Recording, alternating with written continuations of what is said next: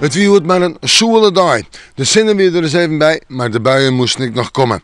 En van joen en vannacht, allereerst kon ze op een aantal pittige buien, maar kon ze op tongen misschien ook wel winst zetten. En dan vannacht kon ze op dampwaar of mist, kon ze op wat ruin, temperaturen van 12 tot 13 graden. Ja, via de provincie 14, 15 graden, die richting kust.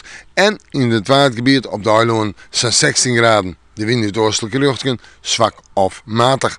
En dat is ging verder het verkeer vanwege de mist en dat geldt uiteindelijk ook voor de watersporter. En dan terug naar morgen.